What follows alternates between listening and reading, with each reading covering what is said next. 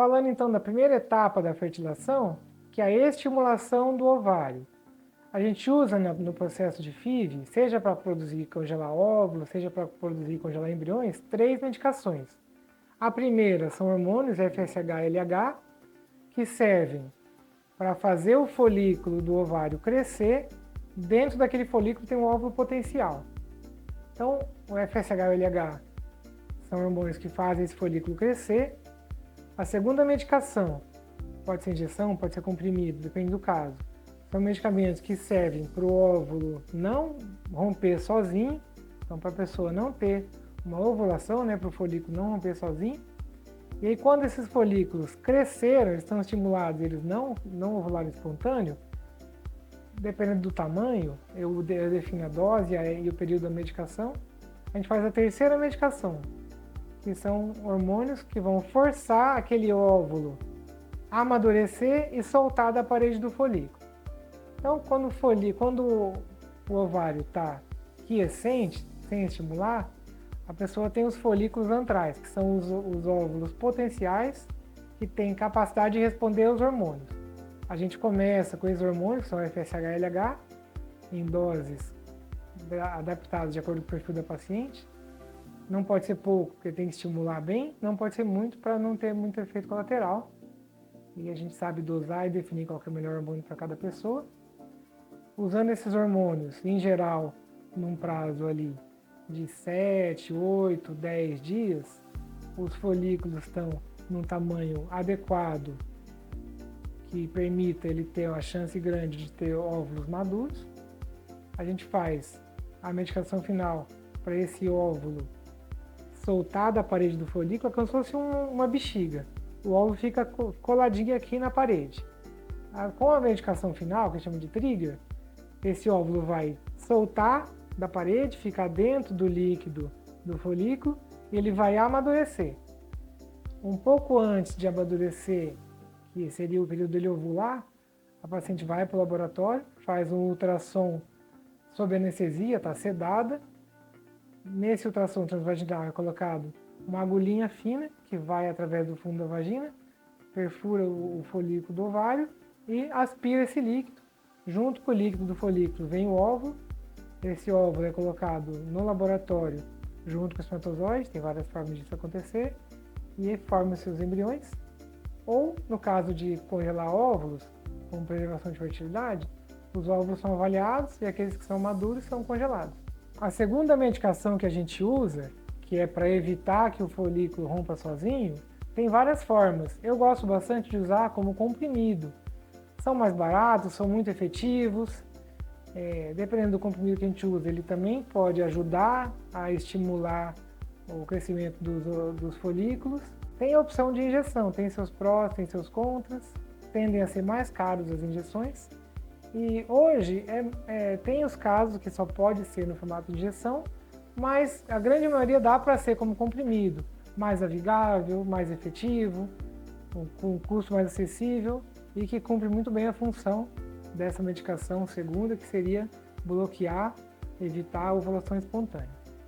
A terceira medicação, que é o trigger, aí sim sempre são injeções. Em geral a gente faz uma dupla, a gente usa 2 medicações, que pode ser o Choriomon, o Goneptil, por exemplo, ou outras variações, porque se naquele caso a paciente não responder com uma medicação, por algum fator próprio dela, ela responde com a outra.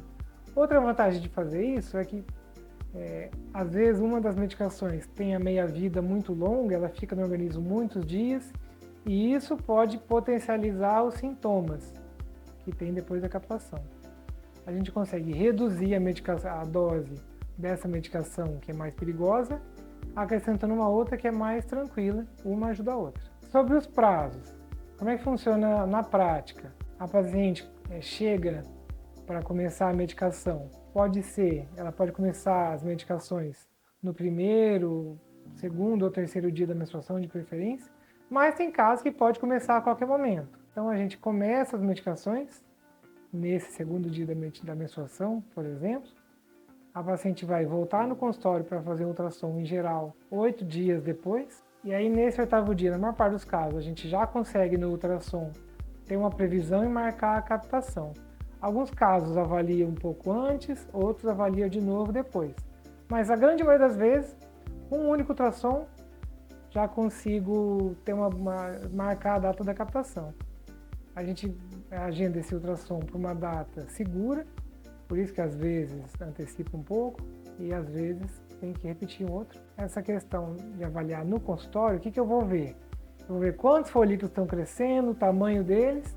Quando ele chega no tamanho ideal, a gente consegue indicar a medicação final do trigger. E essa etapa, provavelmente, é a etapa mais artesanal, digamos assim. A maioria das mulheres, quando eu faço a injeção final, 36 horas depois, o óvulo está maduro e aí ela tem que fazer a captação.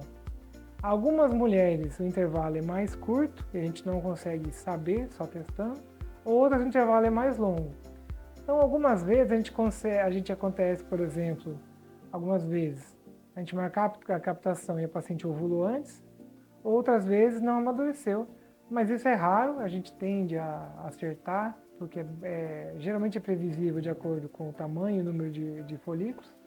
E mesmo assim, para evitar esses riscos, quando a paciente tem bastante folículos, a gente tende a puncionar alguns, ver se tem óvulo.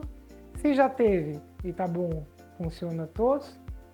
Se está imaturo ou se não veio, para-se a punção, adia ali 1 hora, 2 e volta para captar o restante. Então a gente tem formas no laboratório de otimizar esses eventos. Então a gente tem bastante coisa para melhorar e controlar os potenciais fatores de dificuldade, e isso reflete num melhor resultado, maior chance de óvulos, maior chance de embriões, por exemplo. Outra questão prática, como a gente está falando de uma distância entre a clínica, meu consultório, e a CMEAR, por exemplo, as avaliações clínicas são feitas aqui comigo e a parte prática, função para captação de óvulos e transferência é feito na CMEAR, que por enquanto está sendo em Ribeirão Preto, logo vai ter uma outra sede em Jundiaí, facilitando bastante a logística para quem prefere ir para São Paulo, por exemplo. Como tem essa questão de distância e logística, já que eu atendo em Maringá e a sede, laboratório da CMEAR fica em Ribeirão Preto, a gente consegue, não com certeza absoluta, mas a maior parte dos casos, a gente consegue programar para a transferência, a captação, cair, por exemplo, no final de semana, se a pessoa preferir, ou no dia específico. Isso não é exato, mas geralmente dá certo.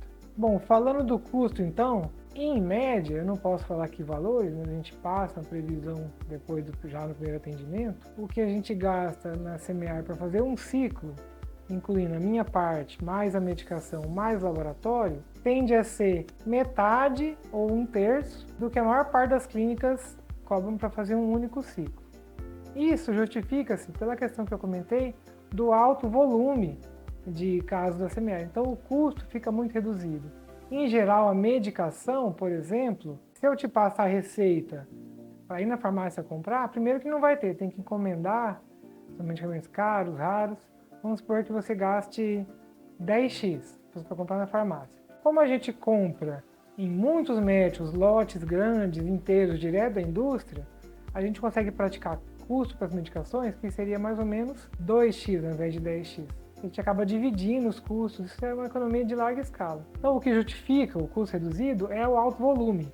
Esse volume, além de proporcionar custo melhor, faz com que a paciente tenha capacidade financeira para fazer mais tratamentos, e isso é a única coisa que realmente aumenta a chance de dar certo a FIV. Isso faz com que a gente possa oferecer esses programas de múltiplos tratamentos, que é o melhor custo-benefício realmente para engravidar.